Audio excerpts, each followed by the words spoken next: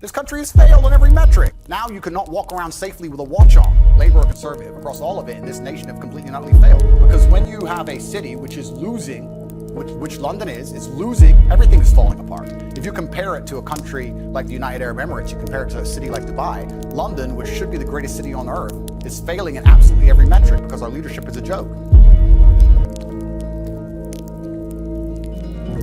Correct, yeah. So my father was black chess player. He was in the Air Force. He met my mother here in England, and then I was raised initially in the United States, and then I moved to Luton, England when I was younger.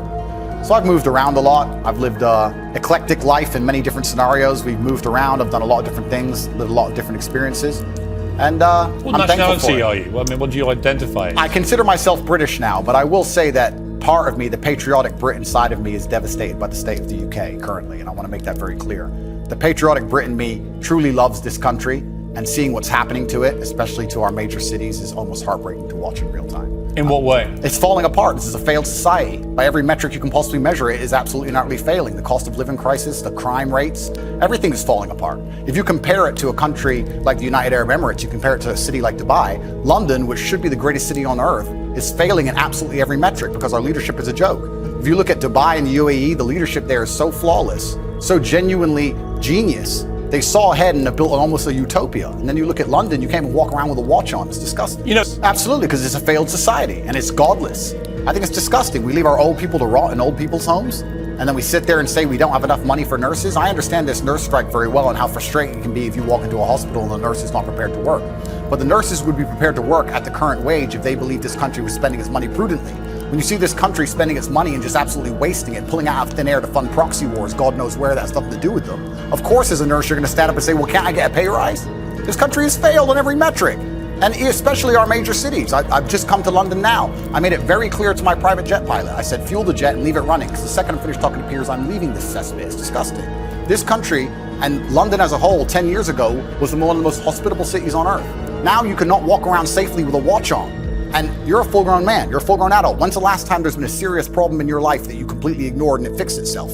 Never, ever. What are any of our politicians doing to fix any of the problems? If that same man called a transgender person the wrong pronouns, he would be in trouble. Right. So doesn't it just show how absolutely asinine and banal our legal system has become? That would never happen in a country like United Arab Emirates, the place I'm now residing in, Dubai, where the leadership has common sense. And I'm saying that all the leadership structures, doesn't matter if it's labor or conservative, across all of it in this nation have completely and utterly failed. Sadiq Khan is a loser, because when you have a city which is losing, which London is losing in all metrics across its competitive cities around the world, and you're in charge of it, by extension, you're a loser. I will tell you right now, instead of virtue signaling and giving Qatar a hard time over their religious beliefs, what we should be doing is a treaty with Qatar to build a prison deep in the desert.